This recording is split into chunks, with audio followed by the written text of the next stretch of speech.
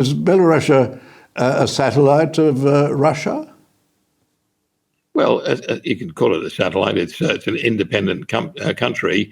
It's literally a communist country, and which is why Putin will not allow it to become part of Russia, because they have sought to rejoin with Russia, and Russia's not happy about having communists in power anywhere in the Russian Federation.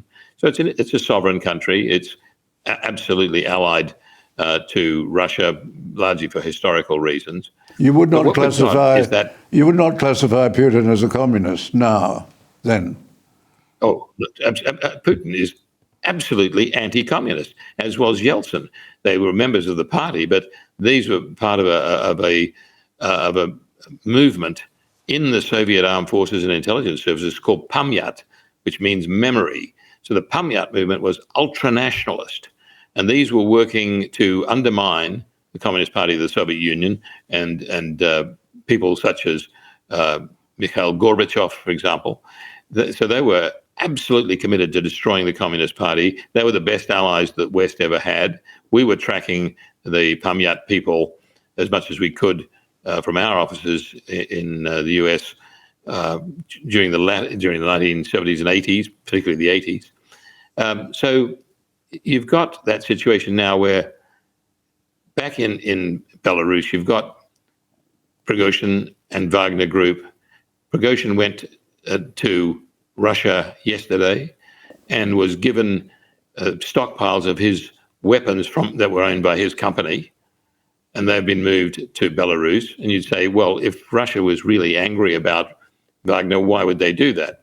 Well, the reality is that Wagner is a vital tool for the Russian government to project discrete power into places like Libya, Syria, Mali, Chad, Eritrea, Ethiopia, and the like, where Wagner contractors are working either at the behest of the Russian government or are paid by the host government to do security work.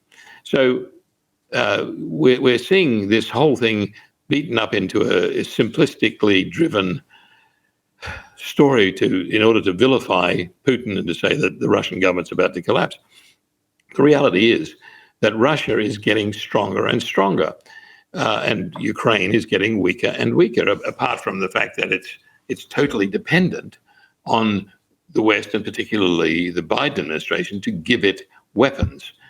It's been very effective. But at some stage, the West is going to stop giving weapons to Ukraine simply because there's no point in continuing to give them weapons, and especially at a time when the AUKUS countries, UK, US, Australia, and others, need to get their forces built up with plenty of ammunition stocks for possible conflict in the Indo-Pacific against the People's Republic of China.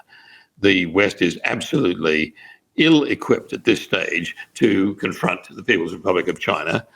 I'm not saying that the PRC itself isn't very weak and very haphazard in its approach, but the West is not doing a good job. In the Pentagon, there's a great concern that vital assets and funds have been diverted from US defense readiness and given to the Ukrainians, who have basically stolen most of the money. There's been massive corruption.